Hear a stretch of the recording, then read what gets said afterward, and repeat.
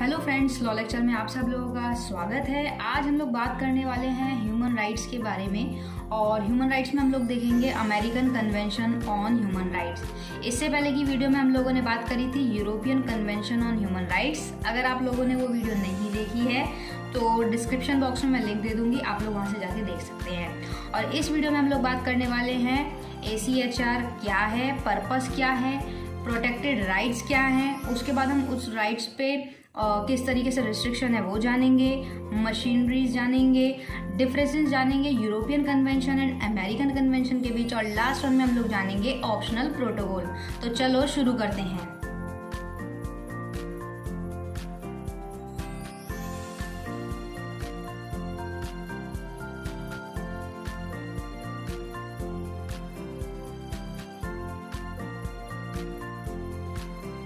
तो बात करते हैं कि ACHR यानी कि American Convention on human Rights, ये इसकी शॉर्ट फॉर्म है ACHR और फुल फॉर्म इसकी American Convention on human Rights है।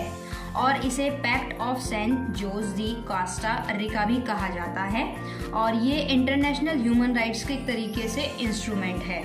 और अमेरिकन कन्वेंशन को अडॉप्ट किया गया था 22 नवंबर 1969 में। एनफोर्समेंट डेट थी इसकी 18 जुलाई 1978 और इसे सभी वेस्टर्न कंट्रीज ने मिलकर किया था।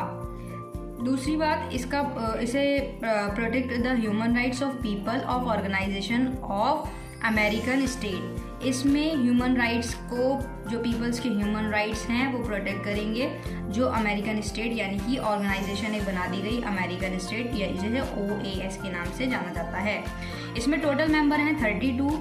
और जब बात हुई थी इसकी, मतलब कि जब इसका एनफोर्स हो रहा था और कंट्रीज़ ने साइन किए थे, तो 21 कंट्रीज़ या 21 स्टेट इसके फेवर में थे और उन्होंने अमेरिकन कन्वेंशन को रेटिफाई किया था। अब बात करते हैं आगे कि पर्पस क्या है। तो पर्पस इसका ये है कि personal liberty and social justice. Basically इसके पर्पस इतना सही है कि पर्सनल लिबर्टी हो व्यक्ति को और सोशल जस्टिस मिले। अमेरिकन कन्वेंशन में इस तरीके की बात की गई। आगे बात करते हैं कि जो अमेरिकन कन्वेंशन है उसमें राइट्स क्या क्या हैं। तो अमेरिकन कन्वेंशन के राइट्स को दो तरीके से बांटा गया। Number 1 civil and political rights, और दूसरे नंबर पे बांटा गया economic, social and culture right. तो जो सिविल एंड पॉलिटिकल राइट्स है उसके कुछ राइट्स देख लेते हैं, और दूसरे नंबर पे हम economic, social and culture rights को देख लेंगे। और economic, social and culture right एक तरीके से इसलिए भी इम्पॉर्टेंट है क्योंकि जब इसका एक एडिशनल प्रोटोकॉल्स आया था तो उसमें जो फर्स्ट एडिशनल प्रोटोकॉल था वो economic, social and culture right पर ही था। सिविल एंड पॉलिटिकल राइट्स में बात करेंगे, राइट टू ह्यूमन ट्रीटमेंट हो गया, जुडिशियल पर्सनैलिटी हो गई, पर्सनल फ्रीडम क्या है, राइट टू फेयर ट्रायल मिल गया, राइट टू प्राइवेसी मिल गई, असेंबली, चाइल्ड, नेशनलिटी, प्रॉपर्टी और जुडिशियल प्रोटेक्शन। तो आर्टिकल 25 तक सिविल एंड पॉलिटिकल राइट्स में इस तरीके से दिया हुआ है। अब बात करते हैं economic, social and culture right की। तो राइट टू वर्क हो गया, ट्रेड यूनियन राइट हो गया, social security, health, food, education, children और प्रोटेक्शन ऑफ हैंडीकैप, ये सब आते हैं economic, social and culture right में। उसके बाद आगे हम बात करते हैं कि जब ये राइट्स, तो हमें इतने सारे राइट्स मिल गए, अब इन राइट्स पर रिस्ट्रिक्शन किस तरीके से होगी। तो रिस्ट्रिक्शन भी होगी क्योंकि सीधी सी बात है, अगर कोई राइट्स दिया गया है तो उसके साथ साथ आपकी ड्यूटी भी होती है।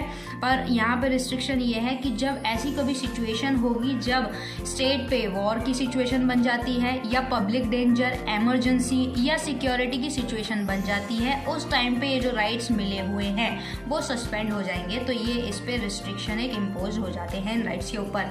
उसके बाद बात करते हैं मशीनरी ऑफ अमेरिकन कन्वेंशन। तो जिस तरीके से हमने यूरोपियन कन्वेंशन में पढ़ा था कि कमीशन है, कोर्ट है और कमेटी ऑफ मिनिस्टर्स है, उसी तरीके से यहाँ पर सिर्फ दो हैं, American commission on human rights और inter American court of human rights. तो यहाँ पर कमीशन और कोर्ट ही है।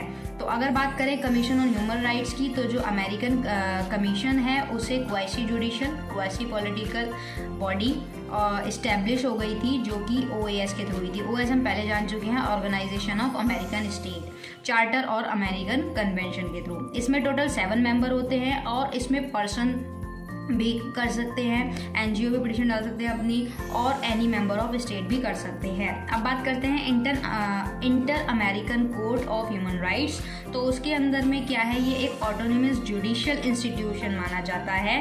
साथ के साथ इसमें इंटर अमेरिकन जो कमीशन है वो भी काम करता है, और ह्यूमन राइट्स को जो मेक ओवर करना है वो कौन करता है, वो करता है ऑर्गेनाइजेशन ऑफ अमेरिकन राइट्स यानी OAS। तो इस तरीके से ये काम होता है इसकी मशीनरी।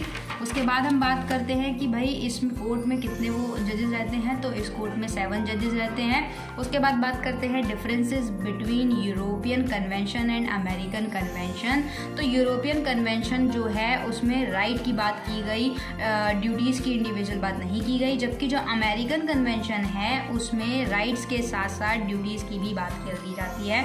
और दूसरे नंबर पे जो यूरोपियन कन्वेंशन है वो प्रोवाइड करवाता है ऑप्शनल इंडिविजुअल पिटिशनर प्रोसीजर, जबकि अमेरिकन कन्वेंशन जो है वहाँ पे मैंडेटरी कर देते हैं इंडिविजुअल पिटिशन प्रोसीजर को।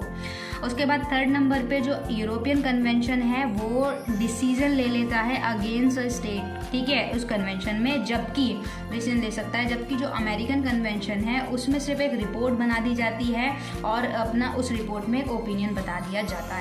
उसके बाद लास्ट बात करते हैं ऑप्शनल प्रोटोकॉल्स। तो ऑप्शनल प्रोटोकॉल जैसे कि हम पहले डिस्कस कर रहे थे उसी तरीके से जो first additional protocol to the American Convention on human Rights रहा वो इन द एरिया कौन सा एरिया कवर किया, economic, social and culture rights को।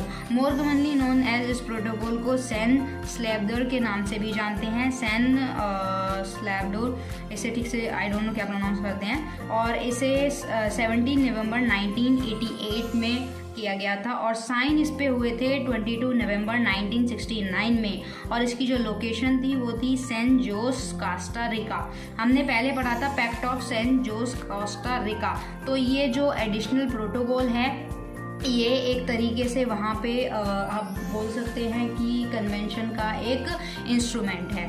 तो इस वीडियो में इतना ही, और होप सो कि आपको American Convention on human rights clear हुआ होगा। वीडियो अच्छी लगे तो लाइक करना, चैनल पे नए हो तो सब्सक्राइब करके बेल आइकन ज़रूर प्रेस कर देना। Thank you so much.